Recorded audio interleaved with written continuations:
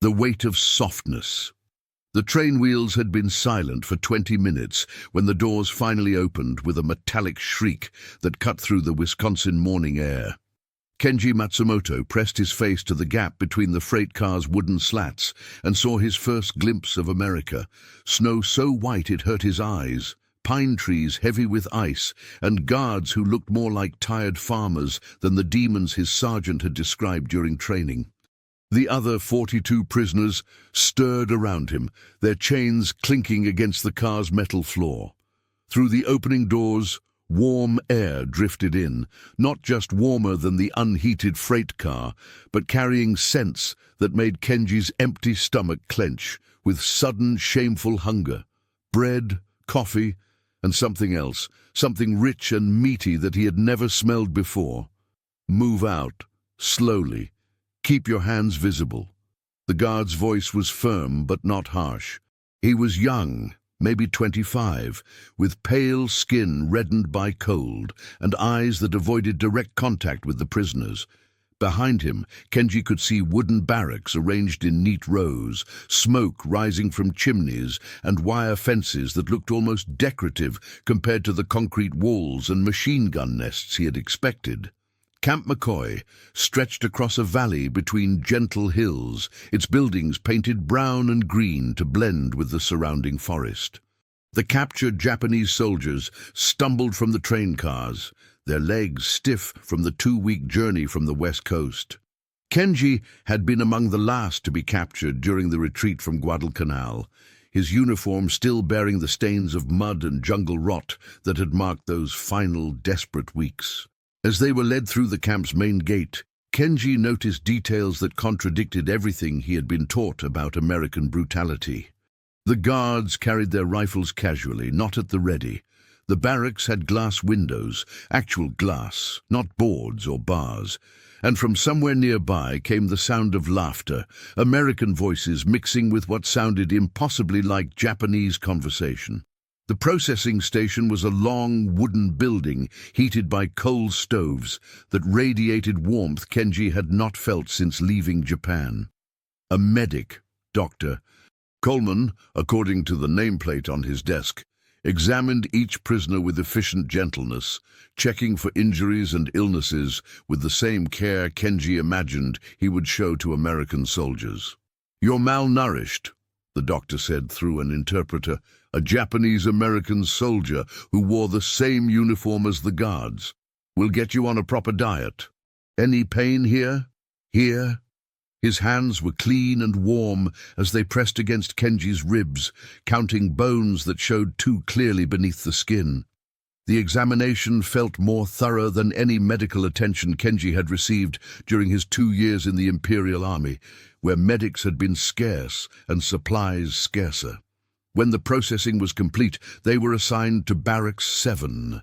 The building's interior struck Kenji like a physical blow. Wooden floors instead of dirt, metal beds with mattresses instead of straw mats, and windows that let in natural light. Each bunk had been prepared with 2 wool blankets, a pillow, and a set of clean work clothes folded at the foot. Kenji sat on his assigned bed and pressed his hand against the mattress. It yielded beneath his palm, soft and thick. The pillow was stuffed with something impossibly light, down feathers, he would learn later, though at that moment he knew only that his head had never rested on anything so comfortable, not even in his father's house in Osaka. Hiroshi Tanaka, the former sergeant who had maintained his authority during the long journey from the Pacific, moved between the bunks, like a man inspecting a trap. "This is not what I expected," he said quietly. "What did you expect?" asked Saburo, the young sailor who had been captured with Kenji on the same beach. "I expected them to treat us like we would treat them." The words hung in the air, heavy with implication. They all knew what Japanese camps looked like, how enemy prisoners were housed and fed, if they were fed at all.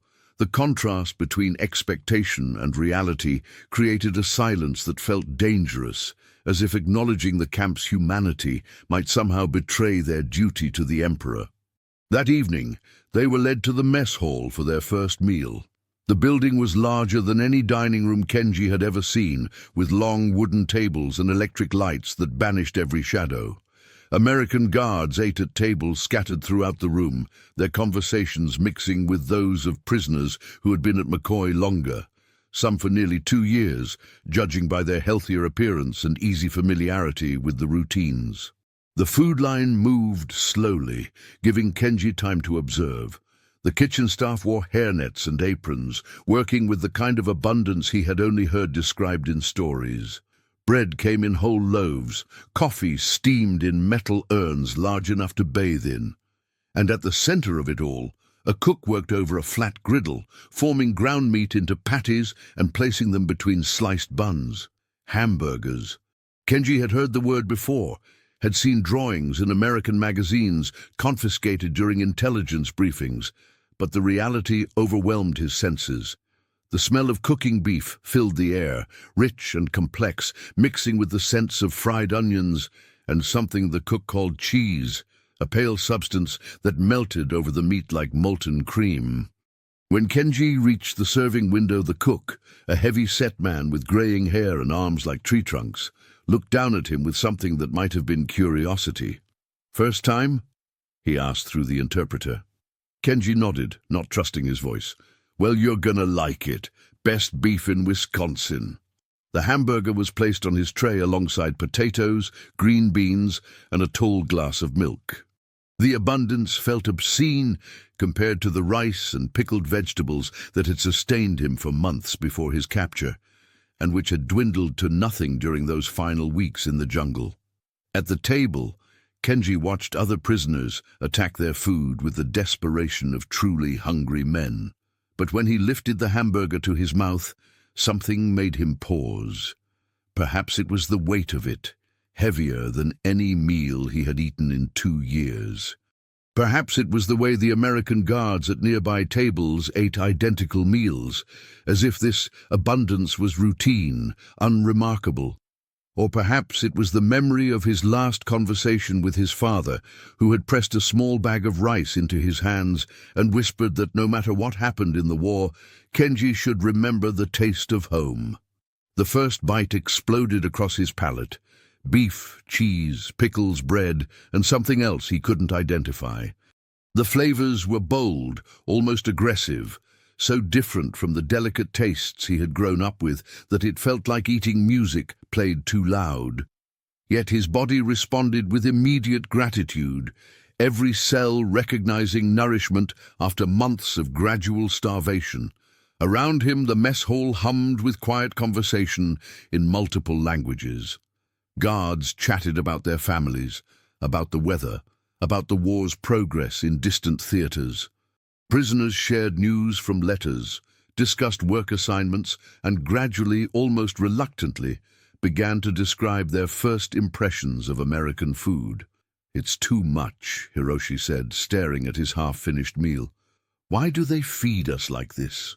"Maybe they want to make us soft," suggested another prisoner, "weak and grateful." But Kenji thought about the cook's hands as he prepared the hamburgers, the same careful attention he had seen his own father apply to arranging vegetables in their shop's display cases. There had been pride in the work, satisfaction in creating something that would nourish others. It was a gesture that transcended politics or strategy, existing in a space where simple human decency met the basic need to feed the hungry. That night, as he lay on his soft mattress beneath wool blankets, Kenji pressed his face into the down pillow and felt something fundamental shift inside his chest. Not gratitude. That would have been too simple, too dangerous. Instead, he felt the first crack in the certainty that had carried him through training, combat, and capture. The enemy was supposed to be predictable, comprehensible in their cruelty. But this kindness, this casual abundance, created questions that had no easy answers. Outside the barracks windows, snow continued to fall across the Wisconsin landscape, covering the camp in a silence that felt both peaceful and ominous. Somewhere in the distance, church bells chimed the hour, their bronze voices carrying across frozen fields where American families slept in warm houses, dreaming their own dreams of sons and brothers fighting in distant jungles. The war continued in the Pacific, in Europe, in the headlines of newspapers that occasionally made their way into the camp.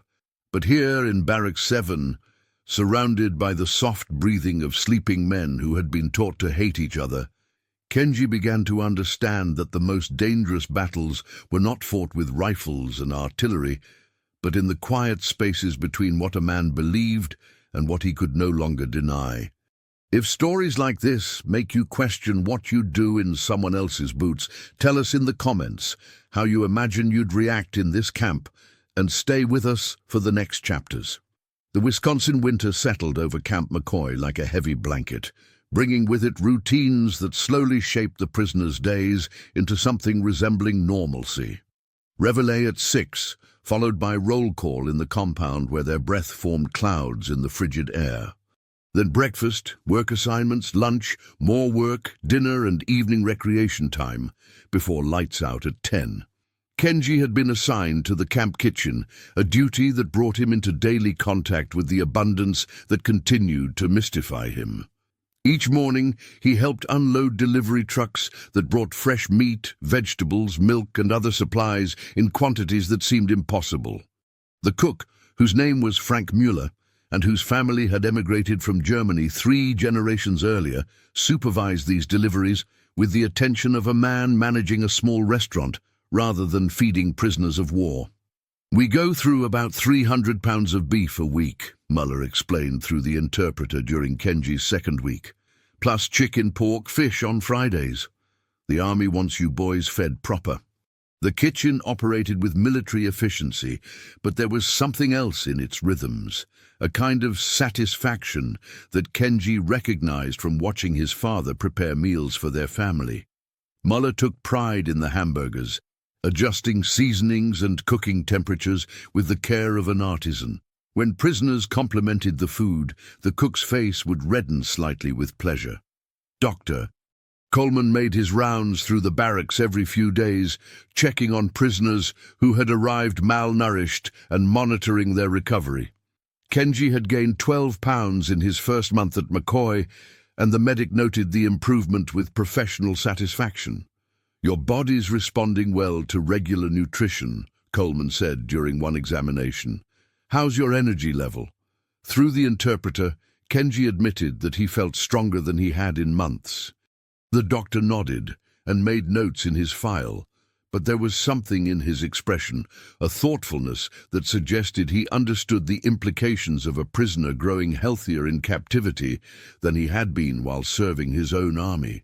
Letters from home arrived sporadically, carried by Red Cross representatives who navigated the complex channels between warring nations. Kenji's first letter came from his father in late January, written in the careful characters he remembered from childhood. "Son, we are well, though rice has become scarce and the neighborhood changes daily.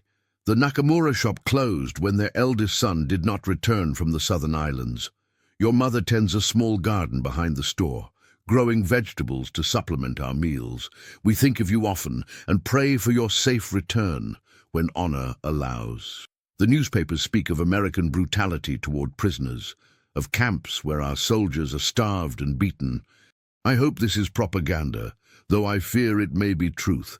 Stay strong, remember your duty, and know that your sacrifice serves the Emperor's divine purpose. Your devoted father.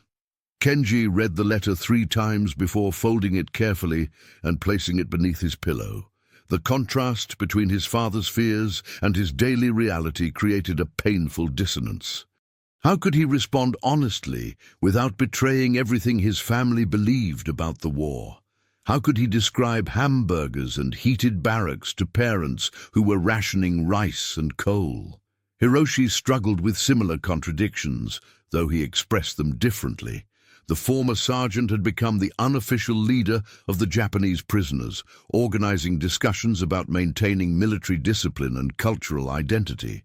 These meetings took place during evening recreation time, when guards allowed prisoners to gather in the common room for conversation, letter writing, and simple games.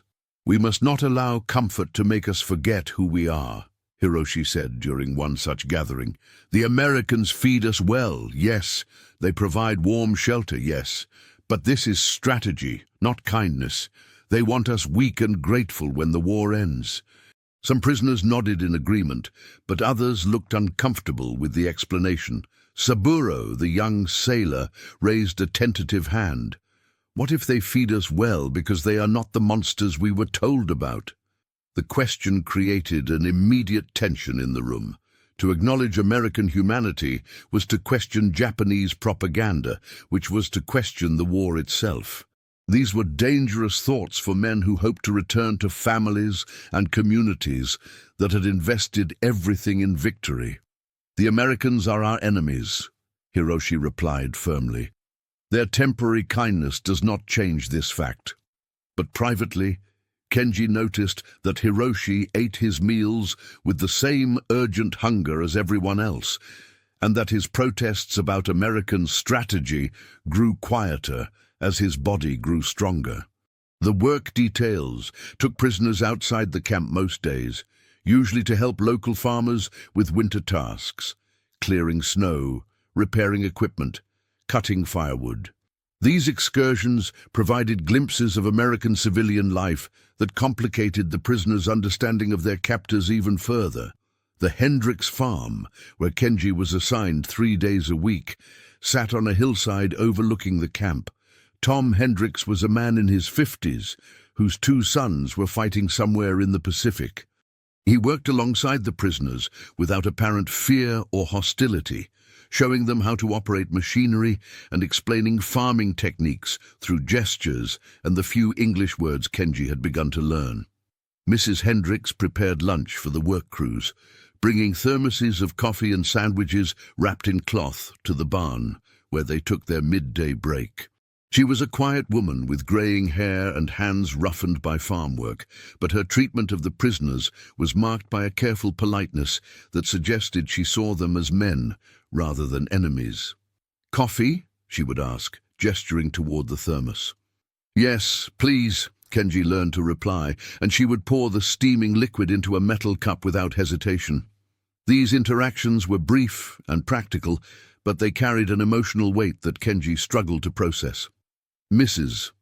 Hendricks' sons were fighting against Japanese soldiers like himself, yet she served him coffee with the same care she might show to hired farmhands.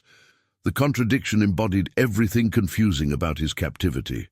One afternoon in February, while helping Tom repair a damaged fence, Kenji found himself working alone with the farmer for nearly an hour.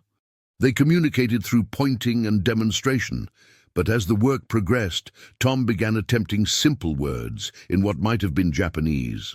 "Good," he said when Kenji successfully mended a section of wire. "Good work." Then, more hesitantly, "Thank you, arigato." The pronunciation was terrible, but the effort was unmistakable. Tom Hendricks, whose sons were fighting in the Pacific, had taken the time to learn a word in his enemy's language. The gesture was so unexpected that Kenji nearly dropped his tools. "You are welcome," he replied in English, using words he'd picked up in the kitchen.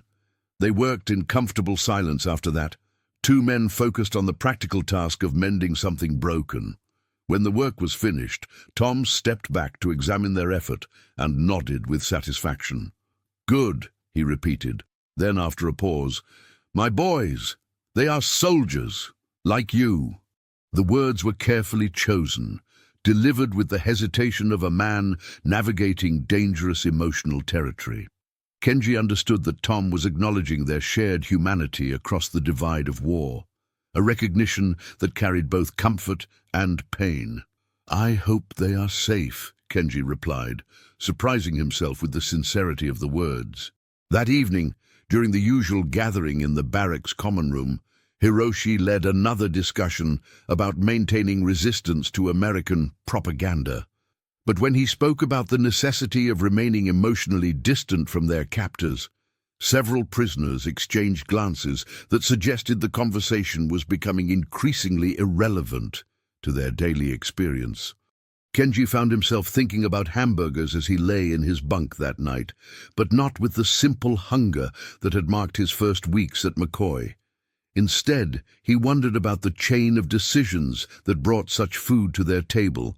The farmers who raised the cattle, the drivers who delivered the meat, the cook who prepared it with obvious care. It was a system of abundance that included, rather than excluded them, a practical kindness that operated below the level of politics or strategy. Outside his window, snow fell steadily across the Wisconsin landscape, covering the camp and the surrounding farms in pristine white that would melt with spring's arrival. Somewhere beyond that snow, the war continued its terrible work.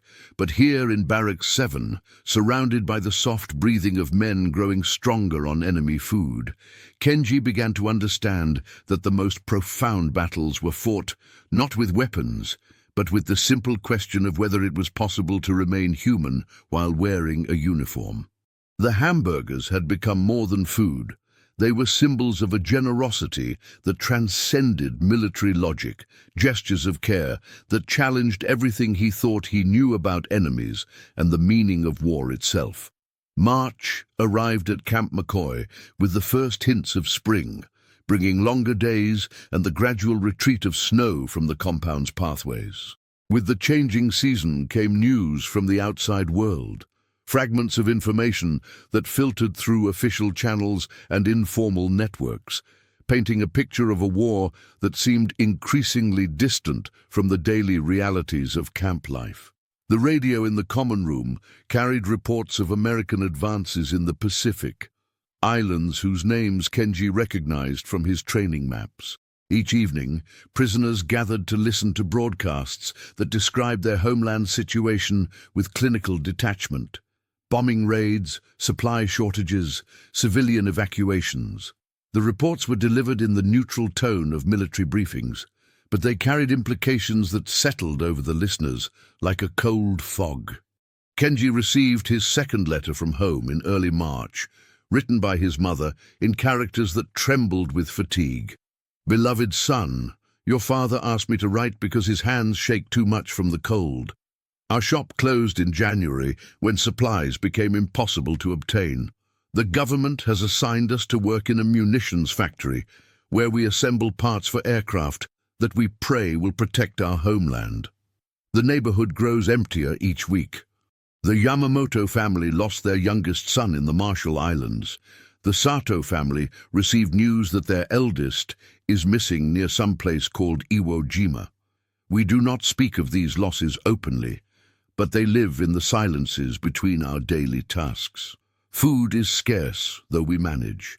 Your father has grown thin, but he remains strong in spirit. He speaks of you often, wondering if you suffer in enemy hands.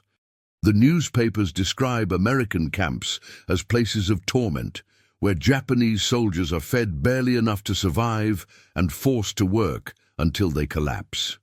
We pray that these reports exaggerate the truth, though we fear they do not. Stay strong, honor the Emperor's sacred name, and know that your sacrifice serves a purpose larger than any personal comfort. Your devoted mother." Kenji folded the letter carefully and walked outside into the mild afternoon air.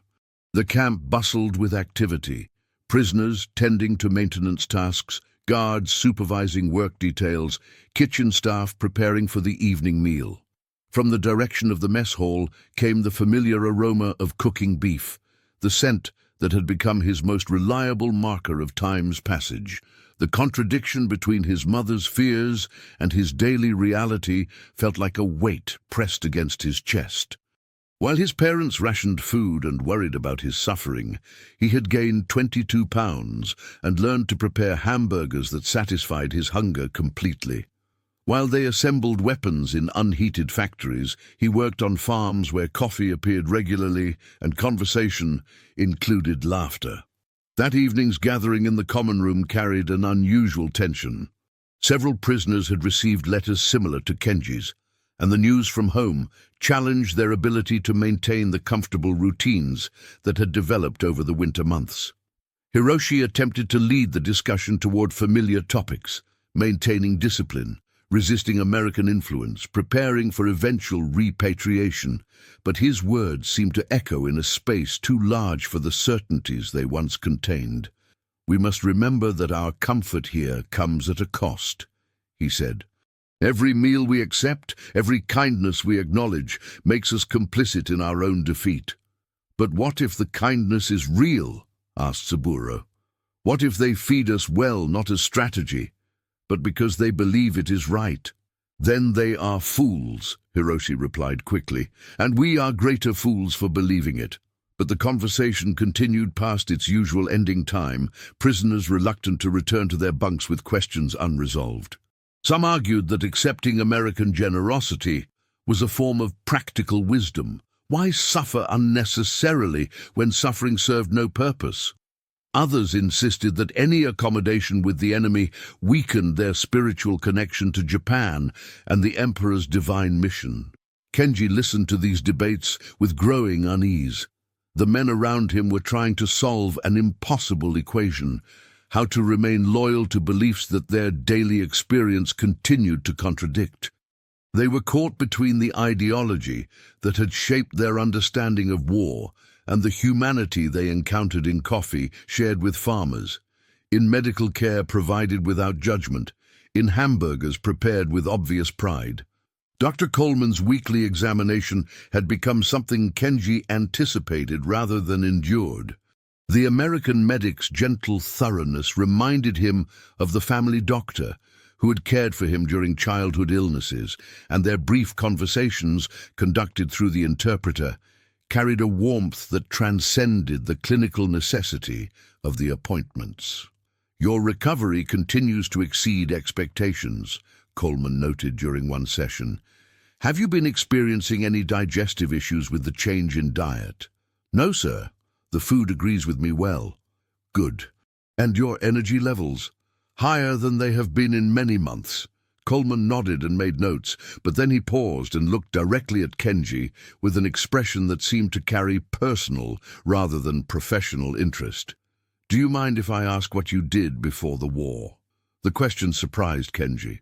American military personnel rarely expressed curiosity about prisoners' civilian lives, treating them as temporary responsibilities rather than individuals with histories and aspirations.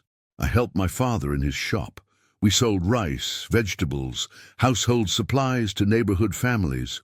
"A family business, then?" "Yes, sir. For 3 generations."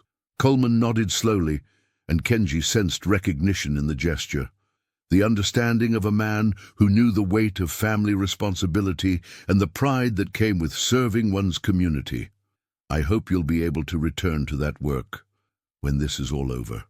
The comment carried implications that both men understood but could not address directly. It acknowledged the possibility that the war would end, that prisoners would return home, that life would resume patterns interrupted by years of violence.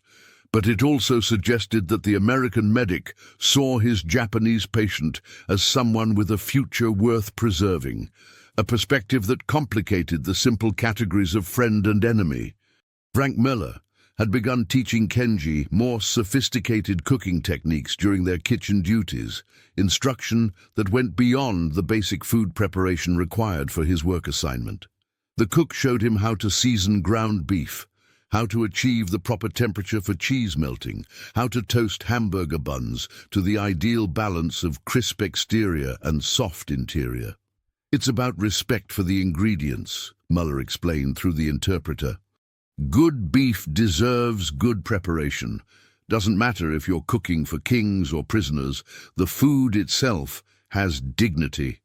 These lessons felt like gifts rather than job training, expressions of professional pride that Muller shared without apparent concern for military protocol or the boundaries between captor and captive. When Kenji successfully prepared a batch of hamburgers that met the cook's standards, Muller's satisfaction was genuine and unguarded. "Now you're cooking," he said with a grin. "Your people going to be lucky to get you back." The comment was meant as a compliment, but it highlighted the central problem that haunted Kenji's thoughts. How could he return to a family and community that had sacrificed so much while he learned to prepare American food with American abundance? How could he describe the weight he had gained while his parents grew thin? How could he explain that he had been treated with more medical attention and nutritional care as a prisoner than he had ever received as a soldier? One evening in late March, as spring's arrival brought longer twilight to the camp, Kenji walked to the fence line that separated the compound from the surrounding farmland. Beyond the wire, he could see the Hendricks farm where he worked 3 days a week, its windows glowing with warm light as the family gathered for their evening meal. The scene looked peaceful, domestic, utterly ordinary, a reminder that the war which had consumed his life for 2 years was, for many people, a distant abstraction that interrupted but did not define their daily routines. Mrs. Hendricks had shown him a photograph during the previous week's lunch break, her 2 sons in uniform, smiling broadly at the camera before shipping out to the Pacific. They looked young, earnest, proud, not unlike the Japanese soldiers Kenji had served with during training. The recognition of their shared humanity across the divide of uniform and nationality had hit him like a physical blow. Standing at the fence as darkness settled over the Wisconsin landscape, Kenji pressed his forehead against the cold metal and tried to imagine writing a truthful letter home. How could he tell his parents that their enemies fed him hamburgers and coffee? How could he describe the kindness of people whose sons were fighting to destroy everything his family held sacred? The questions had no easy answers, but their weight was becoming unbearable. Each day brought new small gestures of humanity that challenged his understanding of war, enemy, and duty. Each meal reminded him of abundance while his family rationed rice. Each medical examination demonstrated care while his countrymen died in distant battles. In the barracks that night, as he lay beneath wool blankets and listened to the soft breathing of sleeping men, Kenji understood that his captivity was changing him in ways that might prove impossible to reconcile with the life that awaited his return. The hamburgers had become symbols of more than American generosity. They represented a different way of understanding human relationships, one that prioritized care over ideology and practical kindness over strategic advantage. The war would end eventually, but the questions it had raised in the quiet spaces between what he believed and what he experienced would require a lifetime to resolve. Do you think you'd cling to what you were taught back home, or to what your own eyes see in a place like this? Comment which side you'd lean toward, and share this episode with someone who loves real human stories from history. April brought genuine warmth to Camp McCoy, transforming the Wisconsin landscape from winter's stark blacks and whites to the tentative greens of early spring. With the change in season came expanded work details, as local farmers required additional help with planting and equipment maintenance. These excursions beyond the camp's wire fences provided prisoners with broader glimpses of American civilian life, experiences that continued to complicate their understanding of the people they had been taught to consider monsters.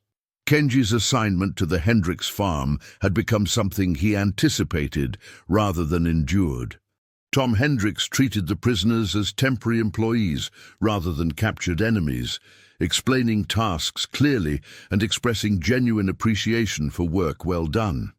The old farmer's attempts at Japanese pronunciation had improved slightly, though his arigato still sounded more like arigato, delivered with the careful precision of a man navigating unfamiliar linguistic territory. During one particularly warm afternoon, as they worked together to repair a section of barn roof damaged by winter storms, Tom shared news that created an unexpected moment of connection between captor and captive. "Got a letter from my eldest boy yesterday," Tom said, pausing in his work to wipe sweat from his forehead. "He's somewhere in the Philippines now. Says the fighting's getting closer to your home islands." Kenji nodded, unsure how to respond to information that was simultaneously personal and strategic. Tom's son was advancing toward the same homeland where Kenji's parents struggled with rationed food and factory work. "He wrote something interesting," Tom continued. "Said some Japanese soldiers they captured were in worse shape than prisoners they'd taken earlier, hungrier, more desperate, like their own army wasn't feeding them proper." The observation hung in the air between them, carrying implications that both men understood but could not address directly. If Japanese forces were failing to supply their own troops adequately, what did that suggest about the war's progress? And what did it mean that enemy prisoners were receiving better care than active soldiers? "I hope the fighting ends soon," Kenji said carefully. "For all our families." Tom nodded and returned to his work, but the moment of shared concern for sons and fathers caught in war's machinery lingered in the space between hammered nails and measured cuts. Dr. Coleman's examinations had evolved beyond simple medical necessity into something approaching friendship, though both men maintained the professional boundaries required by their circumstances. During Kenji's monthly checkup in mid-April, the conversation took an unexpected turn. "I've been reviewing the medical records for prisoners who arrived with you," Coleman said as he checked Kenji's reflexes. "The improvement in overall health has been remarkable. Weight gain, muscle tone, elimination of nutritional deficiencies that were severe upon arrival." "The food here is very good," Kenji replied diplomatically. "It is, but that's not really what I'm getting at." Coleman set down his medical instruments and looked directly at his patient with an expression that mixed professional concern with personal curiosity. "Can I ask you something off the record?" Kenji nodded, uncertain where the conversation was heading. "What were conditions like for Japanese soldiers before you were captured, in terms of food, medical care, basic supplies?" The question touched on sensitive military information, but Coleman's tone suggested genuine concern rather than intelligence gathering. After a moment's hesitation, Kenji decided to answer truthfully. "Difficult. Rice rations were reduced several times. Medical supplies became scarce. Many soldiers lost weight even before combat." Coleman nodded thoughtfully. "I suspected as much. The malnutrition patterns we've documented suggest chronic rather than acute deprivation. You men weren't just hungry when you arrived, you'd been hungry for months." "Why do you ask?" "Because it helps explain something that's been bothering me. You're all healthier as prisoners than you were as active soldiers serving your own country. That seems wrong, somehow. Not morally wrong, but logically wrong." The observation articulated something Kenji had been struggling to understand since his arrival at McCoy. How could captivity provide better conditions than service? How could enemies demonstrate more care than allies? "I don't have answers," Kenji said quietly. "Only questions." "Yeah," Coleman replied. "Me too." Frank Mueller's cooking lessons had expanded beyond hamburger preparation to include basic principles of menu planning and nutrition, instruction that seemed unnecessary for a prisoner's temporary kitchen duties. When Kenji mentioned this to the cook, Mueller's explanation revealed unexpected depth. "My grandfather came here from Germany with nothing but recipes and the knowledge of how to feed people proper," Mueller said as they prepared ground beef for the evening meal. "He said that no matter what else happens in the world, feeding folks well is never wasted effort. But I am only here temporarily." "So, you're here now, and you're learning something useful. Maybe when you get back home, you'll remember that there are different ways to prepare meat, different ways to think about abundance." Mueller paused in his work and looked directly at Kenji with an expression that mixed professional pride with something approaching paternalism. "Besides, there's something I want you to understand about American cooking. We don't just make food to fill stomachs. We make it to show care, to create comfort, to bring people together. That hamburger you're preparing, it's not just meat and bread, it's hospitality. The concept of hamburgers as hospitality seemed almost absurd given the context of their preparation, but Kenji began to recognize truth in the observation. The care that went into seasoning, the attention to proper cooking temperature, the pride in presentation, these were expressions of generosity that transcended the practical necessity of feeding prisoners. That evening's gathering in the common room carried unusual tension, as several prisoners struggled with news from recent letters and radio reports. The war's progress seemed increasingly unfavorable to Japan, with American forces advancing steadily toward the home islands. More troubling were descriptions of conditions inside Japan itself: widespread hunger, material shortages, and civilian casualties from bombing raids. Hiroshi attempted to maintain his role as ideological leader, but his arguments had begun to sound hollow, even to supporters who had once found comfort in his certainty. "We must not allow American propaganda to weaken our resolve," he said. "The reports of suffering at home may be exaggerated to make us grateful for our comfortable captivity. But the letters are from our families," Saburo pointed out. "Are you suggesting our mothers and fathers lie to us? I am suggesting that we cannot know the truth from here, and that accepting enemy generosity weakens our spiritual connection to the homeland." "Then what would you have us do?" asked another prisoner. "Refuse food? Sleep on the floor? Make ourselves suffer to prove loyalty?" The questions exposed the fundamental problem with Hiroshi's position. It demanded suffering for its own sake, a kind of performative misery that served no practical purpose. How could deliberate hunger honor families who were already hungry? How could rejecting medical care demonstrate solidarity with countrymen who lacked access to doctors? Kenji found himself thinking about these contradictions as he walked to the fence line after the meeting, drawn by the spring evening's warmth and the need for solitude.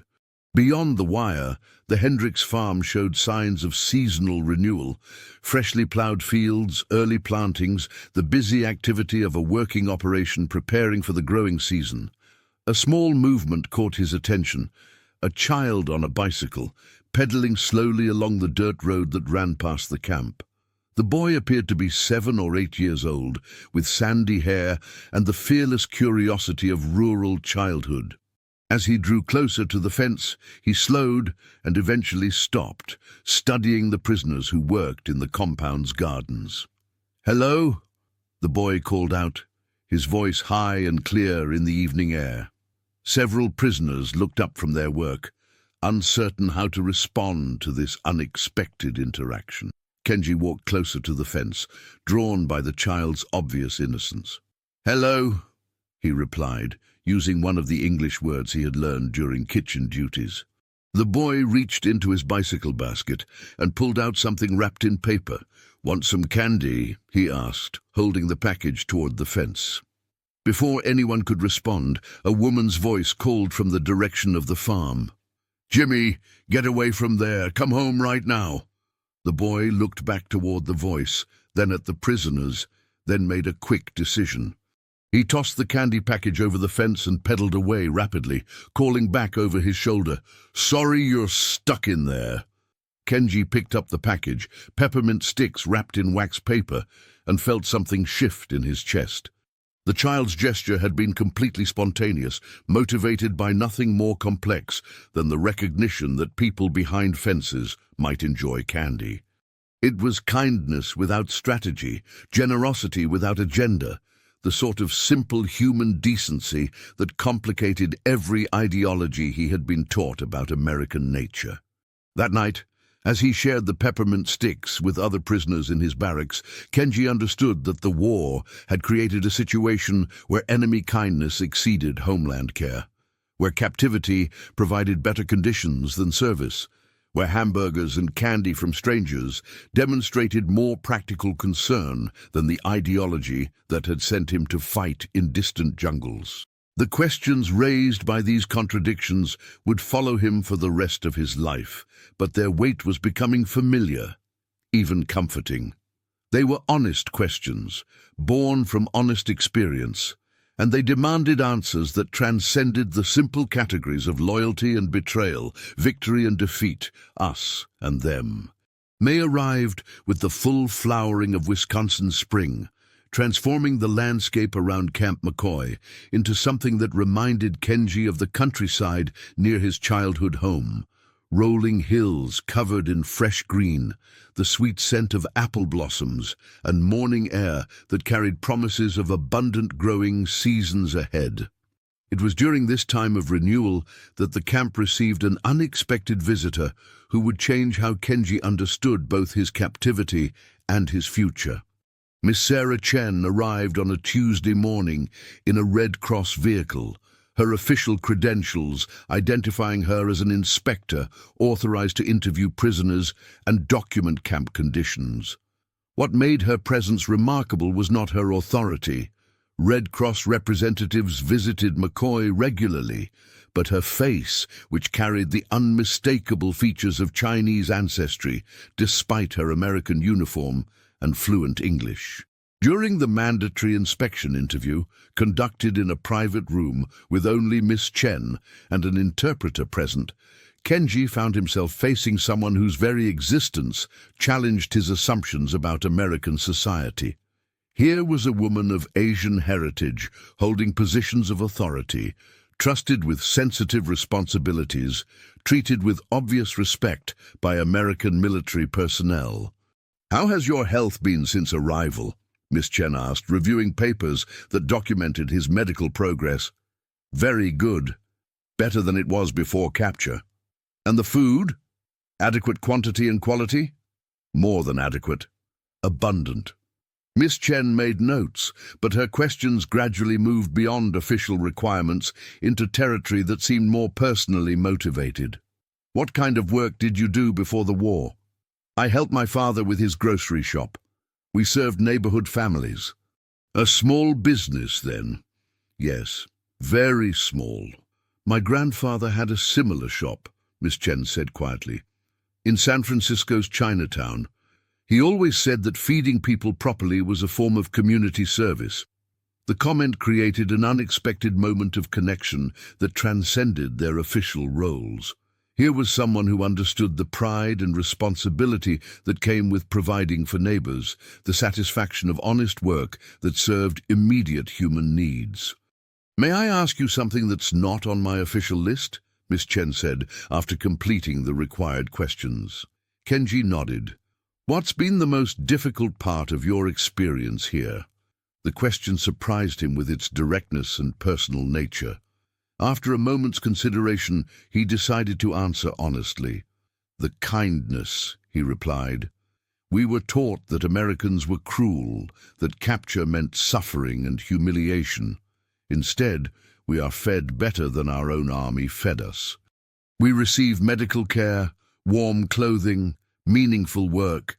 The kindness is harder to bear than cruelty would have been." "Why harder?" "Because it requires me to question everything I believed about this war, about your people, about mine. Cruelty would have been simple to understand. Kindness demands complicated answers." Miss Chen nodded slowly, and Kenji sensed that his response had confirmed something she suspected rather than surprised her with new information. "What will you do with that knowledge when the war ends?" "I don't know.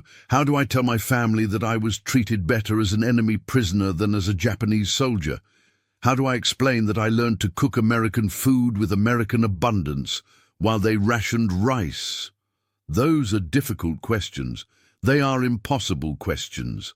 Miss Chen closed her notebook and looked directly at him with an expression that mixed professional sympathy with personal understanding. "Can I tell you something that's not in my official capacity? Please. I was born in California. My parents were born in California. My grandparents came from China before the war between our countries began. When Japan attacked Pearl Harbor, some of my neighbors suggested that people like me couldn't be trusted, that Asian faces meant divided loyalties. What did you do?" "I volunteered for the Red Cross to prove my loyalty was to America, to democratic principles, to the idea that people should be judged by their actions rather than their ancestry. But serving in that capacity has shown me something I didn't expect. What? That kindness toward enemies is not betrayal of one's own people. It's affirmation of the principles worth fighting for. The care you've received here doesn't diminish your loyalty to Japan. It demonstrates American commitment to treating human beings with dignity, regardless of the uniform they wear. Her words articulated something Kenji had been struggling to understand since his arrival at McCoy. The hamburgers, the medical care, the work opportunities, the simple courtesies, these were not strategic manipulations, but expressions of values that transcended military necessity. "What will you write in your report?" he asked. "That prisoners at Camp McCoy are receiving treatment that exceeds Geneva Convention requirements, that their health and morale have improved significantly under current conditions, that the camp administration demonstrates genuine commitment to humanitarian principles. And personally, I will remember a conversation with a man who had the courage to admit that kindness can be more challenging than cruelty, and that questions are often more valuable than answers." That evening, as Kenji prepared hamburgers under Frank Muller's supervision, the cook noticed his thoughtful mood. "Something troubling you?" Muller asked. The Red Cross inspector asked questions that made me think about going home. "What kind of thoughts?" "Difficult thoughts. About how to explain what happened here." Muller nodded and continued working, but after a few minutes he set down his spatula and looked directly at Kenji. "Can I tell you something that might help?" "Please." "My own grandfather came here from Germany during the last big war. People were suspicious of German immigrants, questioned their loyalty, wondered if they were spies or saboteurs. He dealt with that suspicion by becoming the best cook he could be, by feeding people so well they couldn't doubt his commitment to his new community. But I'm not staying here." "No, but you're taking something back with you. You've learned that there are different ways to feed people, different ways to show care, different ways to think about abundance and hospitality. Maybe that knowledge will be useful when you rebuild your life." "How?" Muller smiled and returned to his cooking. "That's for you to figure out, but I'll tell you this. Anyone who can make hamburgers the way you've learned to make them understands something important about taking care of people. That's not American knowledge or Japanese knowledge. That's human knowledge." Later that evening, during the usual gathering in the common room, news arrived that created immediate tension throughout the camp. Radio reports described massive bombing raids on Japanese cities, casualties mounting into the tens of thousands, and civilian populations evacuating to rural areas. The war's end seemed both inevitable and catastrophic, promising liberation that would come only after unprecedented destruction. Hiroshi attempted to rally prisoners around defiant rhetoric, but his words sounded increasingly hollow in the face of obvious military realities. When he spoke of eventual Japanese victory, other prisoners looked away uncomfortably. When he criticized those who had adopted American customs, several men defended the practical wisdom of accepting available comfort. "What would you have us do?" demanded one prisoner. "Suffer for no reason while our families suffer for real reasons? I would have us remember who we are. We are men who were fed hamburgers by people we were taught to hate," Saburo said quietly. "We are men who received medical care from enemy doctors. We are men who learned to laugh with farmers whose sons fight against our countrymen. If remembering who we are means forgetting human kindness, then perhaps we should think about who we want to become." The comment created a silence that felt final, as if something that had been breaking slowly for months had finally separated completely. Hiroshi's ideology no longer provided adequate answers for men whose daily experience contradicted its fundamental assumptions. That night, as Kenji lay in his comfortable bunk beneath wool blankets, he pressed his face into the down pillow that had become symbolic of everything complicated about his captivity. The softness that had once seemed like enemy strategy now felt like simple human decency. Care provided because care was the right thing to provide. Tomorrow, he would wake to the smell of coffee and cooking beef, would work alongside men who treated him with professional respect, would receive medical attention that exceeded anything he had experienced as an active soldier. These experiences had changed him in ways that would prove impossible to explain to family and friends who had suffered while he grew stronger, who had remained loyal to beliefs that his daily reality had gently but persistently challenged. The questions raised by enemy kindness would follow him for the rest of his life, but he was beginning to understand that some questions were worth carrying, that uncertainty born from human complexity was preferable to certainty based on willful blindness. The hamburgers had become more than food. They were symbols of the possibility that people could choose generosity over revenge, care over cruelty, hospitality over hatred. That possibility would prove harder to forget than any ideology, more persistent than any propaganda, and more valuable than the simple answers that had once seemed sufficient for understanding the world's moral complexities. The news arrived on a sweltering August morning, carried by the same radio that had brought reports of bombing raids and advancing armies throughout the spring and summer. Japan had surrendered unconditionally. The war was over. Emperor Hirohito's voice, barely recognizable through static and translation, announced that the fighting would cease immediately, that Japanese forces worldwide would lay down their arms, that the sacred decision had been made to endure the unendurable. In the mess hall where the announcement was broadcast, 200 Japanese prisoners sat in stunned silence, their breakfast hamburgers growing cold on metal trays. The moment they had dreamed of and dreaded in equal measure had finally arrived. They were going home, but the silence that followed the announcement carried undertones more complex than relief or joy. These men had spent months, some more than 2 years, growing healthier and stronger in enemy hands, while their homeland suffered unprecedented devastation. They had learned English words, American cooking techniques, and the routines of abundance, while their families rationed rice and mourned the dead. The prospect of return carried as much anxiety as anticipation. Frank Mueller moved among the tables, refilling coffee cups with the same careful attention he had shown throughout their captivity. When he reached Kenji's table, he paused and spoke quietly. "Congratulations," he said. "I know you've been waiting for this day." "Thank you," Kenji replied, surprised by how hollow the words sounded. "You nervous about going back?" The question addressed feelings that Kenji had been reluctant to acknowledge, even to himself. "Yes, very nervous. That's natural. You've been through something unusual here. Might take time to figure out how it fits with the rest of your life."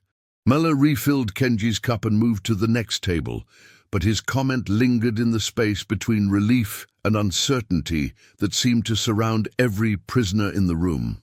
They had been through something unusual, months of enemy kindness that challenged everything they thought they knew about war, loyalty, and human nature. Dr. Coleman conducted final medical examinations over the following week, documenting each prisoner's health status for repatriation records. When Kenji's appointment arrived, the doctor's professional demeanor carried undertones of personal farewell. "Your recovery has been remarkable," Coleman noted as he completed the paperwork.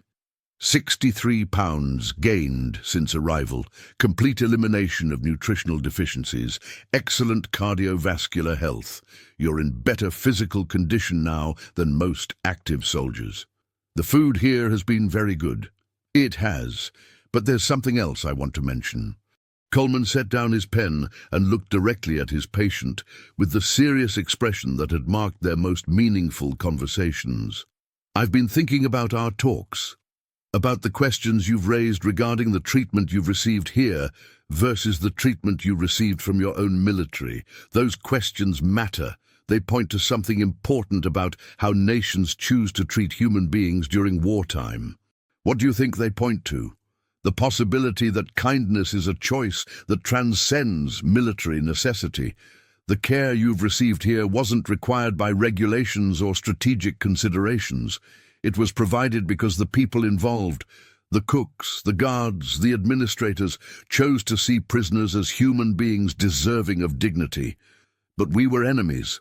You were. But that doesn't eliminate the possibility of recognizing shared humanity. In fact, it makes that recognition more meaningful. Coleman paused and pulled something from his desk drawer, a small notebook bound in brown leather.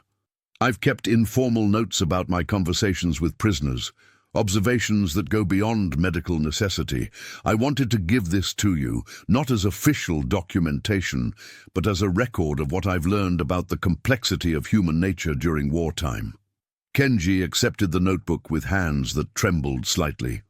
Inside, he found pages of careful handwriting, documenting not just medical observations, but personal reflections on the moral questions raised by treating enemy prisoners with dignity and care. Why are you giving this to me? Because someday, when you're ready, you might want to tell people what actually happened here. Not the propaganda version, not the official version, but the human version. The story of how enemies chose kindness when cruelty would have been easier. The repatriation process began in early September, with prisoners processed in groups according to their home regions and the availability of transportation. Kenji's group was scheduled to depart in the second week, giving him time to complete final work assignments and say farewell to people who had shaped his understanding of captivity, kindness, and the possibility of human dignity even in wartime. His last day at the Hendricks farm carried the bittersweet quality of endings that had become meaningful despite their temporary nature. Tom Hendricks worked alongside him with the same patient instruction he had shown for months, but their conversation acknowledged the approaching separation. "You've been good help," Tom said, as they repaired a section of fence that would need to last through another Wisconsin winter. "Learned fast, worked hard, never complained about anything. Thank you for teaching me. Hope it was useful. Different kind of farming than what you're used to, I imagine." "Yes, but the principles are similar. Care for the land, care for the animals, care for the work itself." Tom nodded and continued working, but after a few minutes he set down his tools and pulled something from his shirt pocket, an envelope addressed in careful handwriting.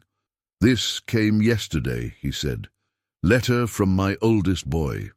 He's in Japan now, part of the occupation force."